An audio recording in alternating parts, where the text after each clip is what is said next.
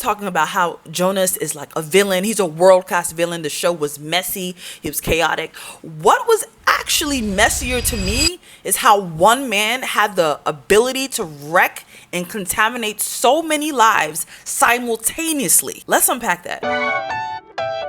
All right, so before we talk about the obvious, which is something that everyone is talking about how crazy the Polygamist is, because the first thing that I want to talk about, honestly, is how amazing South African storytelling is and how excited I am for the rest of the world to honestly be catching up, because there are so many great stories that are coming out of South Africa that I feel like people have been sleeping on till now. And you know the thing about South Africa is literally on a generational run, and they're not going to stop here. I mean, do we talk about the music? Do we talk about the groove, the dance, the women, the beauty of South Africa itself? Like, it is about time. I have been such a fan of South African shows for a long time now. Like, whether it's Bad Influencer was really good, Blood and Water. Like, there are so many great shows coming out of South Africa, and I'm just glad that the world is catching up, y'all. The Polygamist, I think, has had all of us in a chokehold. It has me in a chokehold for a different kind of reason, which we're going to talk about in this video. But I just want to also address the fact that a lot of people are like, oh my God, I don't know if I could follow this show because the lips aren't matching the voice, you know, because obviously I think it was shot in Zulu. Y'all weren't complaining when you were watching the Squid Games, though.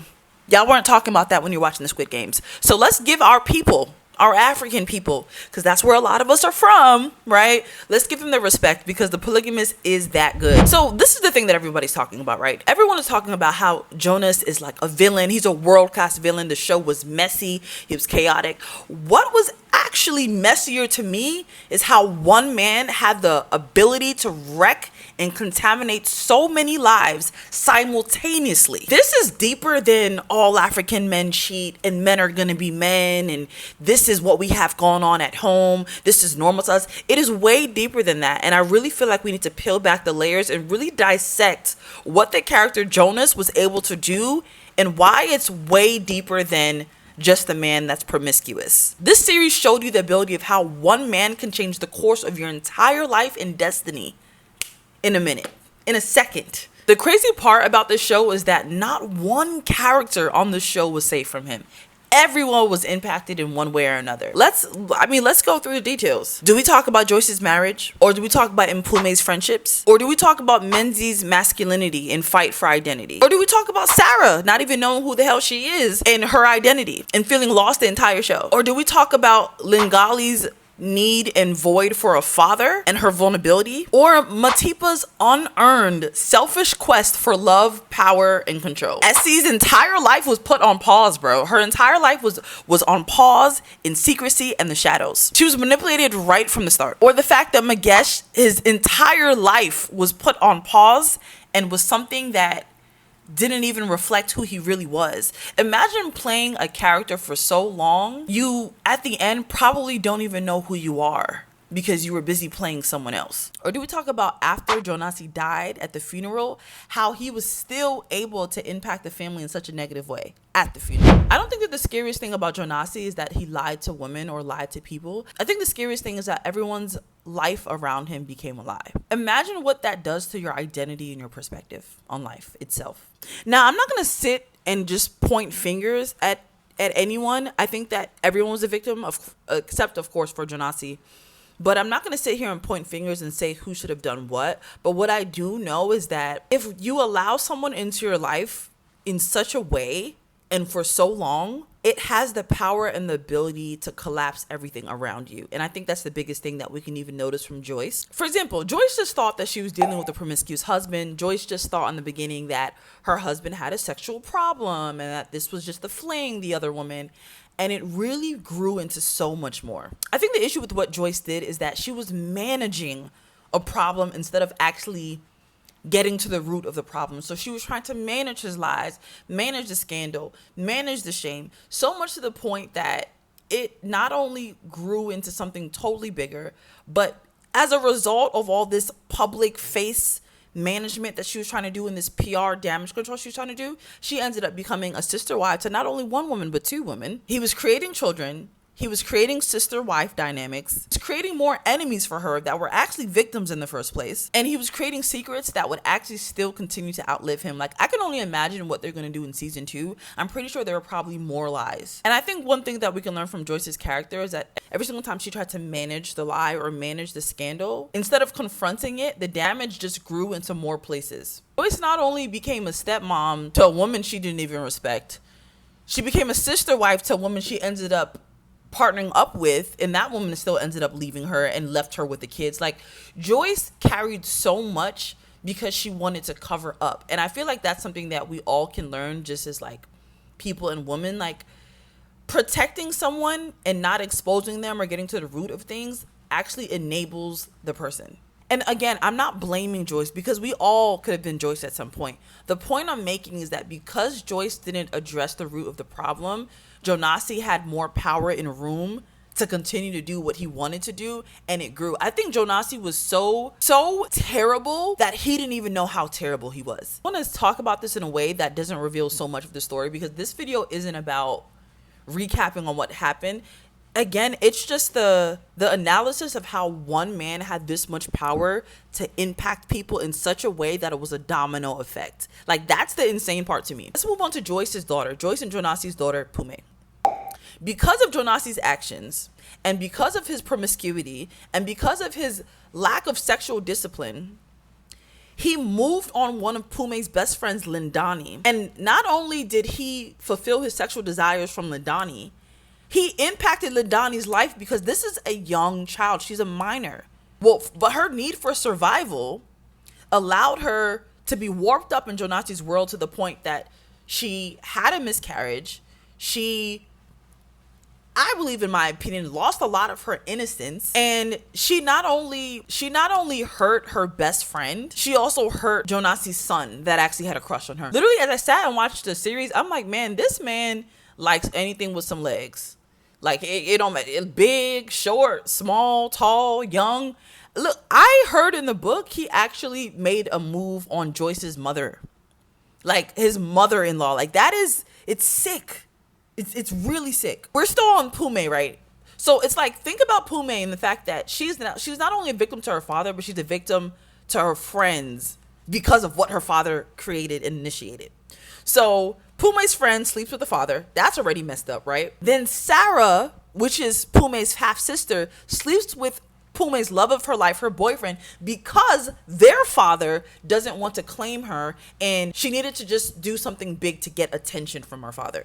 So imagine, this is collateral damage. Because my father is who my father is, he's not only ruining the friendships around me, but he's also ruining my love life. So Pumé did not only just lose her trust in people, but her father made every single relationship around her feel unsafe.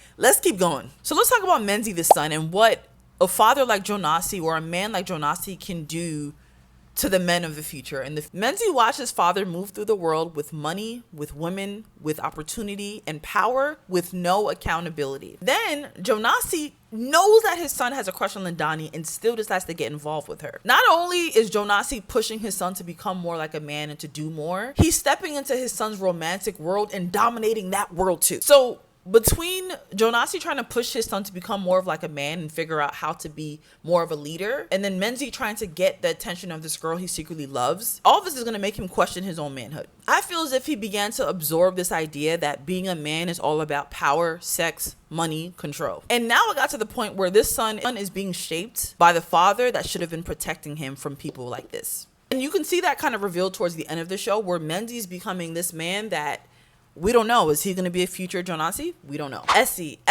is the type of woman that could honestly be our sisters, our moms, our aunts. I think we all can recognize a woman like Essie who believes the promises of a man and believes that because she doesn't ask for much or because she's loyal to him, that the man will reward her in the end and the man will claim her in the end. And I think what hurts the most about that is that Essie decided to play a role of being the wife of the brother.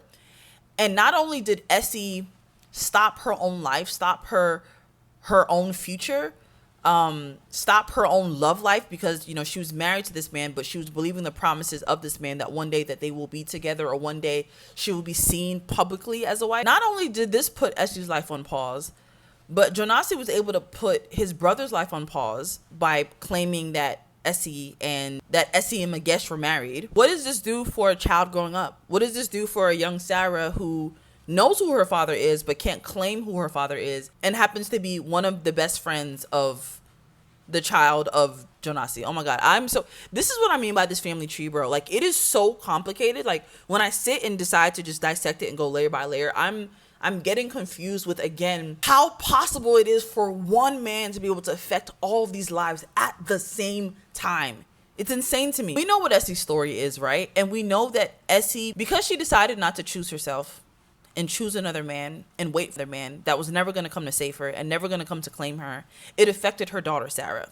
Sarah grew up knowing that she had a father, was being raised by another father, and was being raised by a mom. So this is also another example of why Sarah ended up having so many outbursts. Sarah ended up cheating. Sarah ended up seducing her best friend's boyfriend just to get some attention, just to get someone to acknowledge her. This is the reason why Sarah ended up trying to make out with her uncle, someone that's technically supposed to be her father. All of this attempt to get the real attention from her actual father, and she never got that. Sarah is dealing with identity confusion, father hunger, secrecy, the pain of not knowing who she truly is and where she truly belongs. All of this still points back to Jonasi and the wound that she has because of him. I'm not gonna lie, I don't have that much sympathy for Matipa, because it's like, girl, you literally threw yourself into this messy life and you thought that you were going to win from it. Like, how you get them is how you lose them. Like, sis, you literally saw a success, I mean, at least from what we saw, a successful marriage between Jonasi and Joyce. And you thought that after sleeping with his brother, that you can get Jonasi for yourself? And then you thought that having kids with this man was going to help? It is clear that Jonasi had a character flaw. Why did you think that she was bigger than the program, sis? And then on top of that, you even threw yourself into the mess. You threw yourself in the mess. Nobody called you. There was one in Zoom. The man even showed you. You threw yourself into something that you didn't even realize was way more harmful than you thought.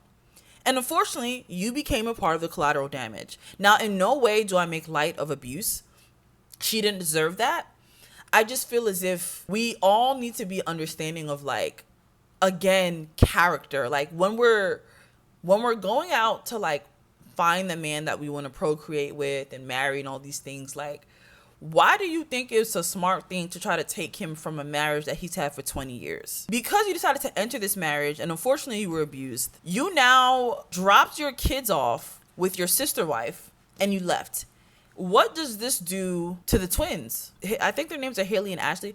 What type of life will they have, knowing that going to grow up and learn that their father, that again is just another collateral damage, and it's another stab at, like, the future of this next generation, the future of Jonasi's kids, the future of not knowing who they truly are, the future of experiencing so much trauma before they're even 18. What does that do for an adult that's going to eventually grow up into the world? Like, what kind of life and foundation did someone like Jonasi leave for this entire family? The wives are fighting. The children are still carrying wounds. Mensy may become the new Jonasi. Sarah is still having an identity crisis. Joyce got her revenge, but there's still a lot of trauma and a lot of healing that it needs to happen for her to really be able to move on and live free. And the family is still going to be very, very heavily impacted by his decisions. Here's the reality, and here's what I learned from this. I think as humans, we underestimate how serious access is. We think that we're just tolerating a flaw, or we think that someone is going to change, or we think that this is just a hard season in someone's life.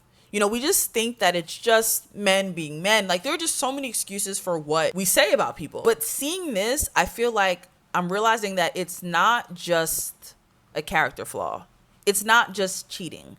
It's not just someone that was really upset. We are giving someone access to our home, our children, our body, our future, our destiny, self-worth, our reputation, our identity, years in therapy. Like, it is so much deeper. And this isn't about victim blaming. Again, I am not victim blaming here. It could be, girl, this could have been me 10 years ago. I don't know. You know what I mean? Like, you don't really know. None of us are God. We don't know who people are going to become. But what I do know is that when you start to see who people are, we do need to start to kind of remove some of the access, because this is crazy. We have to be able to call a spade a spade. And we're not going to minimize the amount of destruction and chaos that he created because he apologized once, or because he apologized on his deathbed. Like, from what we've seen in Jonasi's character, the man was willing to do it again. I think if someone threw it at him on the last day that he lived, he would have caught it right up. And what I mean by that is, if someone said, hey, Jonasi, I want to give you some before you leave, he would take it.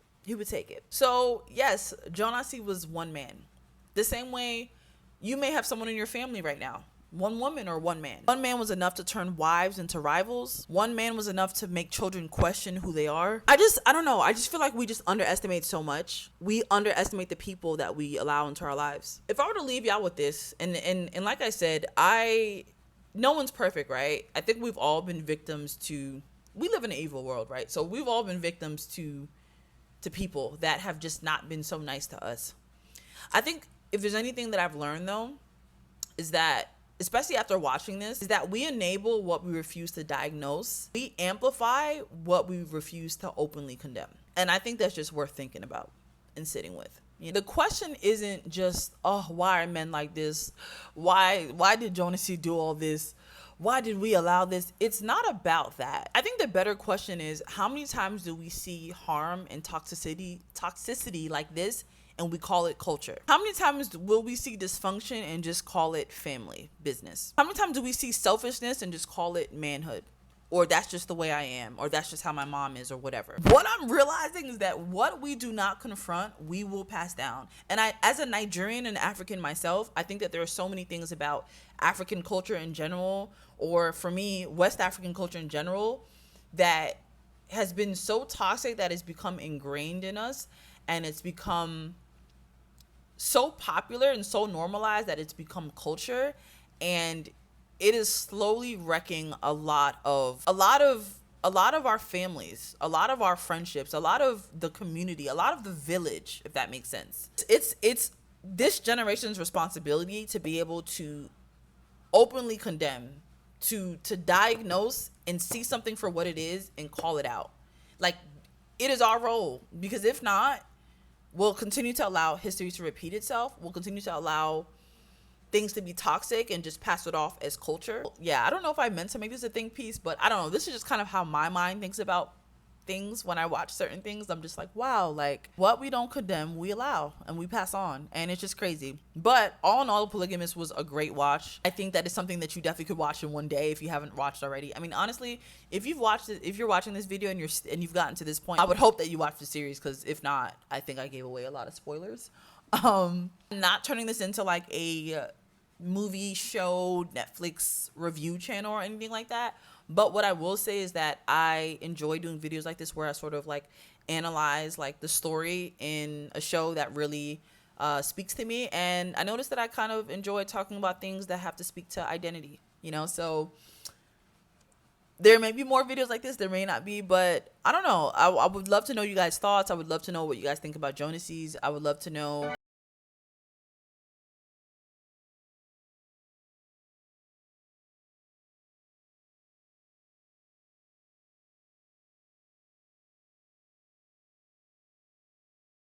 It was a great watch.